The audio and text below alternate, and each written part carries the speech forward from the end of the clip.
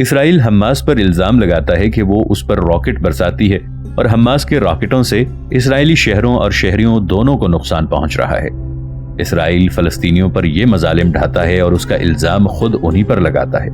1996 میں گاہند میں اقوام متحدہ کے ایک ٹھکانے پر اسرائیل کے مسلح دستوں کی جانب سے شلباری کے بعد اسرائیل نے یہ دعویٰ کیا تھا کہ وہاں حزب اللہ کے بندوق بردار پناہ لیے ہوئے تھے، لیکن یہ سب جھوٹ تھا۔ سن 2006 میں جب حزب اللہ نے سرحد سے اسرائیل کے 2 سپاہیوں کو یرغمال بنایا تو جنگ شروع ہونے پر 1000 سے زائد افراد ہلاک ہوئے، جسے آسانی سے حزب اللہ کی ذمہ داری قرار دے دیا گیا۔ اسی طرح قانا کے دوسرے قتل عام میں جو بچے مارے گئے، اس پر اسرائیل نے یہ دعویٰ کیا کہ انہیں قبرستان سے لایا گیا ہے۔ یہ ایک اور جھوٹ تھا۔ مردہ ہند کے قتل عام پر بھی اسرائیل شرمندہ نہیں ہوا۔ اس گاؤں کے لوگوں کو فرار ہونے کا حکم دیا گیا۔ جب انہوں نے اس کی تعمیل کی تو اسرائیل کے ایک جنگی جہاز نے ان پر حملہ کر دیا۔ فلسطینیوں نے اپنے بچوں کو ٹرکوں میں اطراف سے کھڑا کر دیا تاکہ اسرائیلی پائلٹ ان معصوموں کو دیکھ کر خاموش رہیں، لیکن اس کے باوجود ہیلی کاپٹروں نے ان کے نزدیک سے حملہ کر دیا۔ اسرائیل کے جہازوں اور ہیلی کاپٹروں نے ایمبولینس پر حملہ کرنے میں بھی کبھی آر نہیں سمجھا۔ جنگ بندی توڑنے کا الزام اسرائیل حماس پر لگاتا ہے، لیکن سچ یہ ہے کہ جنگ بندی حماس نہیں اسرائیل نے ختم کی تھی۔ پہلے 4 نومبر کو غزہ میں اسرائیل کی جانب سے بمباری میں مزید فلسطینی ہلاک ہوئے۔ اسرائیل اپنے شہریوں کی ہلاکت کا الزام فلسطینیوں خصوصاً حماس پر دھرتا ہے، مگر اعداد و شمار کا صحیح جائزہ لگایا جائے تو بخوبی پتہ چل جاتا ہے کہ 10 سال میں غزہ کے اطراف و اکناف میں کتنے اسرائیلی مارے گئے۔ وہ صرف 20 اسرائیلی تھے۔ کیا یہ بہت بڑی تعداد ہے؟ جبکہ ایک ہفتے کے اندر 600 فلسطینی ہلاک ہوئے اور 1948 سے لے کر اب تک اندازہ کر لیں کتنے ہزار فلسطینیوں کی جانیں گئی۔ اسرائیلی جیلوں میں فلسطینی قیدی نہایت قسم پرسی کی حالت سے دوچار ہیں۔ الاشقر نامی قیدی کی شہادت اس وقت ہوئی جب قیدیوں کو بےخونی کرنے والی صہیونی تنظیم تخشون کے ایک یونٹ کے دہشت گردوں نے انتقب صحرائی جیل پر 22 اکتوبر 2007 کو گولیوں، بموں اور آنسو گیس سے حملہ کر دیا، جس میں اشقر کی شہادت کے علاوہ 250 فلسطینی قیدی زخمی ہوئے۔ اسرائیلی جیلوں میں عقوبتوں اور انسانیت سوز وحشیانہ سزاؤں کے نتیجے میں 1967 سے 28 ستمبر 2000 کے الاقصی انتفاضہ کے آغاز تک 123 فلسطینی قیدی شہید ہوئے۔ 68 سے زائد قیدیوں کو بدترین سزائیں دے کر موت کے گھاٹ اتار دیا گیا۔ اس سے اندازہ لگایا جا سکتا ہے کہ فلسطینی قیدی غاصب اسرائیل کی جیلوں میں کن عقوبتوں اور مصیبتوں سے دوچار ہیں، اور اسرائیل ان کے خلاف بھیانک جرائم کا ارتکاب کس طرح کرتا ہے۔ قیدیوں کو سخت ترین وحشیانہ سزائیں دی جاتی ہیں، جبکہ اتنی ہی تعداد میں گرفتاری کے بعد پکڑ کر گولی مار دی جاتی ہے۔ قیدیوں کو سخت ترین وحشیانہ سزائیں، عقوبت، طبی لاپرواہی اور علاج سے محرومی، گرفتاری کے بعد بالقصد اور ارادے سے گولی مار کر ہلاک کر دینا جیسے واقعات عام ہیں۔ قید خانوں میں عقوبتوں، طبی لاپرواہی اور علاج سے محرومی کے اثرات آزادی اور رہائی کے بعد بھی ان کے ساتھ رہتے ہیں۔ ہزاروں رہائی پانے والے جوان مختلف بیماریوں میں مبتلا ہو چکے ہیں۔ قربانیوں کی یہ داستانیں نہایت طویل ہیں۔ ایسے میں کیا ہم اسرائیل کو بری ذمہ قرار دے سکتے ہیں؟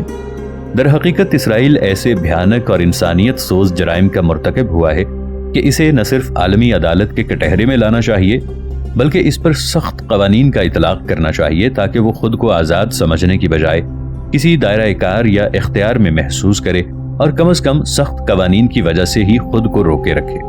نیتن یاہو کی فلسطینی ریاست کے قیام پر مشروط رضامندی فلسطینیوں کے جائز حقوق کے مطالبے کو تسلیم کرنے کے لیے نہیں، بلکہ انہیں غلام بنانے کی سازش ہے۔ ناظرین، آگے بڑھنے سے پہلے کامنٹ سیکشن میں ہمیں اپنی آراء سے ضرور آگاہ کیجیے گا کہ آپ کو ہماری یہ سیریز کیسی لگ رہی ہے۔ آئندہ آنے والی اقساط سے باخبر رہنے کے لیے ہمارے چینل کو سبسکرائب کر لیں اور ساتھ موجود بیل آئیکن کو ضرور کلک کر لیں۔ شکریہ۔ صہیونی انتظامیہ کا فلسطین کے مسئلے پر مذاکرات کے لیے آمادگی ظاہر کرنا دراصل فلسطینی ریاست کو اپنے ماتحت کرنے کی ایک چال ہے۔ اسرائیلی وزیر اعظم نے اعلان کیا کہ اگر فلسطین اسرائیل کو یہودی ریاست تسلیم کر لے اور فلسطین کو اسلحے سے پاک کرنے کی یقین دہانی کرائیں تو اسرائیل بھی علیحدہ فلسطینی ریاست کے قیام کو تیار ہے۔ اسرائیلی وزیر اعظم کے اس اعلان کو مغربی دنیا نے تو خوشائند قرار دیا، مگر اس اعلان کا پس منظر فلسطینیوں کو آزادی دینا نہیں بلکہ اپنے تابع کرنا ہے، کیونکہ نیتن یاہو نے اس اعلان کی وضاحت کرتے ہوئے دنیا کو خصوصاً فلسطینی رہنماؤں کو یہ بتا دیا کہ یہ آزادی یا خود مختاری مشروط ہوگی۔ آزاد فلسطینی ریاست فضائی اور بری فوج نہیں رکھ سکے گی۔ ایران یا حزب اللہ کے ساتھ کوئی فوجی معاہدے نہیں کرے گی۔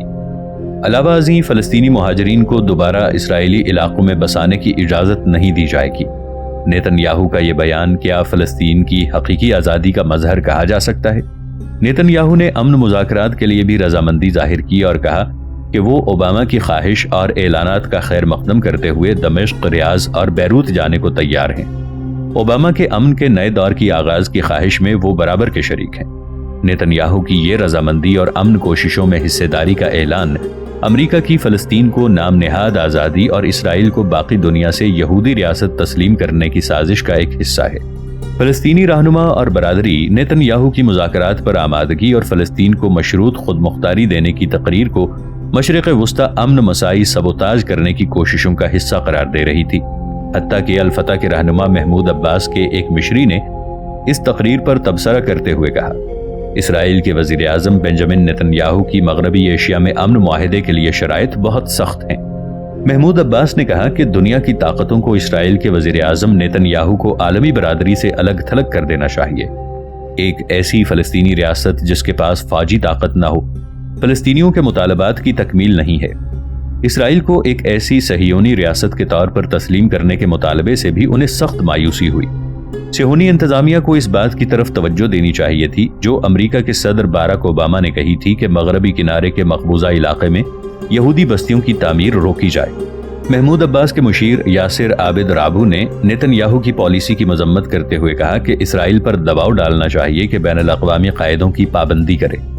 سن 2003 کے امن منصوبے کے مطابق نیتن یاہو نے عہد کیا تھا کہ مقبوضہ بیت المقدس کو اسرائیل اور فلسطین کا مشترکہ دارالحکومت بنایا جائے گا، مگر اب نیتن یاہو اس معاہدے کی تمام شقوں سے منحرف ہو گئے۔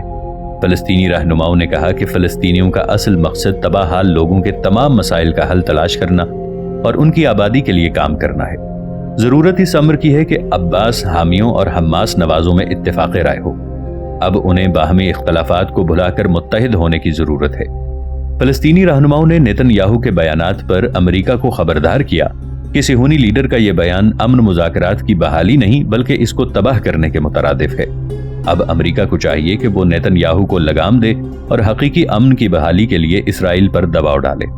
اسرائیلی رہنما کا فلسطین کو علیحدہ ملک کا درجہ دینے کا مطالبہ اتنی سخت شرائط پر مبنی ہے کہ اس میں فلسطینیوں کے لیے امن و سکون کا کوئی راستہ نہیں، بلکہ اس کو تسلیم کرنے کا مطالبہ اپنے آپ کو بہت سی پابندیوں میں جکڑنا ہے۔ اسرائیل کا زیادہ زور حماس کو کچلنے پر ہے۔ نیتن یاہو واضح طور پر کہہ رہے تھے کہ فلسطین کو امن کے راستے یا حماس میں سے ایک کو منتخب کرنا ہوگا۔ فلسطین حماس کے شدت پسند اسلامی گروپوں کو شکست دے کر امن قائم کرے۔ حماس نے بھی اسرائیلی وزیر اعظم بنجامن نیتن یاہو کی اس تجویز کو قطعی طور پر ناقابل عمل قرار دے دیا۔ حماس کی جانب سے جاری بیان میں کہا گیا کہ نیتن یاہو کا بیان نسل پرستی کا مظہر ہے جس کا مقصد فلسطینیوں کو ان کے بنیادی حقوق سے محروم کرنا اور یہودیوں کو ہر قسم کا تحفظ فراہم کرنا ہے۔ اسرائیل ایسی فلسطینی مملکت کا خواہاں ہے جس کی اپنی کوئی شناخت نہ ہو، کوئی حکومت اور سیاسی قیادت نہ ہو، فوج اور اسلحہ نہ ہو اور نہ ہی بے گھر فلسطینیوں کو دوبارہ آباد ہونے کی اجازت دی جائے۔ حماس نے واضح الفاظ میں اسرائیلی وزیر اعظم کی جانب سے امن کی بات چیت کو ایک دھوکہ قرار دیا اور کہا کہ اسرائیل کی تمام تر کوششیں ارض فلسطین کو ارض یہود قرار دینے پر مرکوز ہیں۔ فلسطینیوں کے تمام حقوق کی نفی کر کے امن بات چیت کا دعویٰ دنیا کی آنکھوں میں دھول جھونکنے کے مترادف ہے۔ نیتن یاہو کی تقریر نے اسرائیل کے فلسطینیوں سے نفرت اور بغض کو دنیا کے سامنے واضح انداز میں پیش کر دیا۔ حماس نے اسرائیل سے مذاکرات کے حامی ملکوں سے اپیل کی کہ وہ اسرائیل کی چالوں میں مت پھنسیں۔ اس چال میں پھنسنے کی بجائے اسرائیل پر فلسطینیوں کے حقوق کی بحالی کے لیے دباؤ ڈالیں۔ حماس کے قائد اسامہ حمدان نے کہا کہ نیتن یاہو ایک بار پھر فلسطینیوں پر غلبہ چاہتے ہیں تاکہ اسرائیل فلسطینیوں کی زندگی اور ان کی معیشت کو کنٹرول کرے۔ حکومت شام نے بھی کہا کہ مشرق وسطی کے امن پر اسرائیلی وزیر اعظم نیتن یاہو کی تقریر میں کچھ نیا نہیں ہے۔ امریکہ کو مزید مساعی کرنی چاہیے۔ التورا اخبار نے شام کی انتظامیہ کے حوالے سے کہا کہ نیتن یاہو نے اپنے موقف میں ذرا سی تبدیلی بھی پیدا نہیں کی، وہ صرف وقت ضائع کرنا چاہتے ہیں۔ اخبار کے مطابق امریکہ یا تو خطے کو تباہ ہونے کے لیے چھوڑ سکتا ہے یا پھر اپنی ذمہ داری ادا کر سکتا ہے۔ اسے اس سلسلے میں واضح اقدامات اٹھانے کی ضرورت ہے۔ کیونکہ امن کا انتخاب ازراہ تفنن نہیں ہے بلکہ استحکام کے لیے عملی ضرورت ہے۔ تجزیہ نگاروں کے بقول نیتن یاہو نے فلسطینیوں کے لیے ایک محدود حکمرانی کے علاوہ کوئی نئی چیز پیش نہیں کی۔ اسرائیل حماس کو اپنا دشمن تصور کرتا ہے اور مکمل طور پر اسے تباہ کر دینے کے درپے ہے۔ حماس نے اپنے مطالبات کو پھر دہرایا کہ آزاد فلسطینی مملکت کے قیام کی حمایت کی جا سکتی ہے۔ ان کی تنظیم 1967 کی سرحدوں کی بنیاد پر آزاد خود مختار فلسطینی ریاست کے قیام کے لیے تیار ہے، کیونکہ آزاد خود مختار فلسطینی مملکت کے قیام کے بغیر مشرق وسطی میں دیرپا اور پائیدار امن کو یقینی نہیں بنایا جا سکتا۔ جب تک اسرائیل مقبوضہ فلسطینی علاقوں کو خالی نہیں کرتا اور مقبوضہ علاقوں میں بستیوں کی تعمیر کو نہیں روکتا، اس وقت تک امن اور استحکام ممکن نہیں ہے۔ مصر کے صدر حسنی مبارک نے کہا کہ مصر سمیت کوئی ملک اسرائیل کو کبھی یہودی ریاست تسلیم نہیں کرے گا۔ نیتن یاہو کے بیان سے امن کے بجائے حالات مزید خراب ہوں گے۔ مسئلہ فلسطین کے حل کے لیے سابق امریکی صدر جیمی کارٹر خاصے سرگرم تھے۔ جیمی کارٹر مشرق وسطی کے مسائل کے حل کے لیے کافی عرصے سے کوششیں کر رہے تھے۔ نیتن یاہو کی مشروط قیام پر رضامندی کی تجویز کے بعد ان کا دورہ خاصی اہمیت کا حامل رہا۔ سابق امریکی صدر جیمی کارٹر نے مغربی کنارے میں اسلامی تحریک مزاحمت حماس کے پارلیمانی وفد سے ملاقات کی۔ 1 گھنٹے ہونے والی اس طویل ملاقات میں نئی امریکی انتظامیہ کی طرف سے مشرق وسطی امن تجاویز سے متعلق بات کی گئی۔ حماس نے مسئلہ فلسطین کے حوالے سے جیمی کارٹر کے موقف کو سراہا۔ تجزیہ نگاروں کے بقول جیمی کارٹر کا یہ دورہ سرکاری نوعیت کا نہیں تھا۔ سابق امریکی صدر جیمی کارٹر نے کہا کہ غزہ کے دورے کے دوران تباہی دیکھ کر ان کے لیے آنسو روکنا مشکل ہو رہا تھا۔ جیمی کارٹر نے غزہ تباہی کو بہت کربناک قرار دیا۔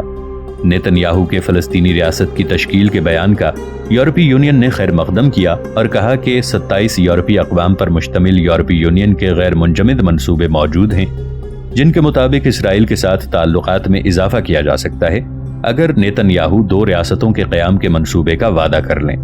یورپی یونین نیتن یاہو کے بیان کو مثبت تو قرار دے رہی تھی، مگر صرف 2 ریاستی حل کافی نہیں، کیونکہ فلسطینی ریاست کو نام کا فلسطینی قرار دینا اور جبکہ وہاں قانون کی عملداری اسرائیل کی ہو، ایسی فلسطینی ریاست سے فلسطینی قوم کا بھلا نہیں بلکہ نقصان ہوگا۔ نیتن یاہو کا کہنا تھا کہ وہ فلسطینی ریاست کے قیام کی تائید کرتے ہیں، لیکن اس سے قبل عالمی برادری کو پیشگی ضمانت دینا ہوگی کہ نئے ملک کی کوئی فوج نہیں ہوگی اور فلسطینی اسرائیل کو ایک یہودی مملکت کے طور پر تسلیم کر لیں گے۔ نیتن یاہو کی نئی یہودی آبادیوں کی مقبوضہ علاقوں میں تعمیر کی مدافعت، آبادیوں کے قیام کے ناقدین کی نئی اسرائیلی حکومت کے ساتھ کشیدگی بھی امن کے راستے میں رکاوٹ ہے۔ اوباما نے نیتن یاہو کے بیان کو سراہا تھا، مگر فلسطینی دھڑوں نے اسے مسترد کرتے ہوئے کہا کہ ان کی تقریر میں یروشلم پر اسرائیلیوں کا حق اور فلسطینی پناہ گزینوں کی واپسی کو تسلیم نہیں کیا گیا۔ امریکہ اسرائیل کے مشروط بیان کی اصلاح کرنے کی بجائے توضیح کر رہا تھا کہ فلسطینی مملکت کا قیام ہی امن کی ضمانت ہے۔ امریکی سفارتکار جارج میشل نے کہا کہ فلسطینی مملکت کا قیام ہی اسرائیل کے ساتھ تنازع کا واحد حل ہے۔ مسئلے کا حل دونوں فریقوں کی خواہشات کے مطابق ہونا چاہیے۔ زپی لیونی کے ساتھ ملاقات کرتے ہوئے جارج میشل نے کہا کہ واشنگٹن ایک جامع علاقائی امن چاہتا ہے جس میں نہ صرف اسرائیل اور فلسطین شامل ہوں بلکہ شام، لبنان اور اس کے اطراف کے ممالک بھی شامل ہوں۔ اسرائیل کے ساتھ بات چیت اس وقت تک کوئی معنی نہیں رکھتی جب تک نیتن یاہو 2 ریاستی حل تسلیم نہ کریں اور یہودی آبادیوں کو منجمد نہ کریں۔ نیتن یاہو فلسطینیوں پر غلبہ چاہتے تھے۔ حال ہی میں اسرائیلی فوج کے سابق چیف آف سٹاف موشے کے بیان نے فلسطینیوں پر غلبہ حاصل کرنے کی اصل حقیقت کو بھی بیان کر دیا۔ اس میں انہوں نے کہا کہ فلسطینیوں کے دل کی گہرائیوں میں احساس شکست کو جاگزین کرنے کے لیے غزہ پر جان لیوا اور خوفناک حملے کیے گئے، مگر اس کے باوجود غزہ کے عوام کے حوصلے بہت بلند ہیں۔ انہوں نے اسرائیلی بالادستی کو کبھی قبول نہیں کیا۔ اسرائیلیوں نے ان کی حالت ایسی بنا دی ہے جیسے جانوروں کو پنجرے میں رکھا جاتا ہے یا قیدیوں کو زندان میں رکھا جاتا ہے، لیکن اس کے باوجود وہ اسرائیلی حملوں کی مدافعت کر رہے ہیں۔ فلسطینیوں نے اسرائیل کی طرف سے بلڈوز کیے جانے والے پختہ گھروں کو اب مٹی اور گارے سے بنانا شروع کر دیا ہے، کیونکہ اسرائیل محصورین کے علاقے میں سریہ یا دوسرا تعمیراتی سامان لے جانے کی اجازت نہیں دے رہا۔ امریکہ کی حکمت عملی میں اپنا مفاد ہمیشہ سر فہرست رہتا ہے۔ امریکہ نے اسرائیل میں فوجی اڈے قائم کیے اور علاقے میں کشیدگی کے خاتمے کی کوششوں کو کامیاب نہیں ہونے دیا تاکہ امریکہ کا بالادست کردار قائم ہو جائے۔ مشرق وسطی میں جمہوری حکومت کے قیام کی راہ میں سب سے بڑی رکاوٹ ہی امریکہ تھا۔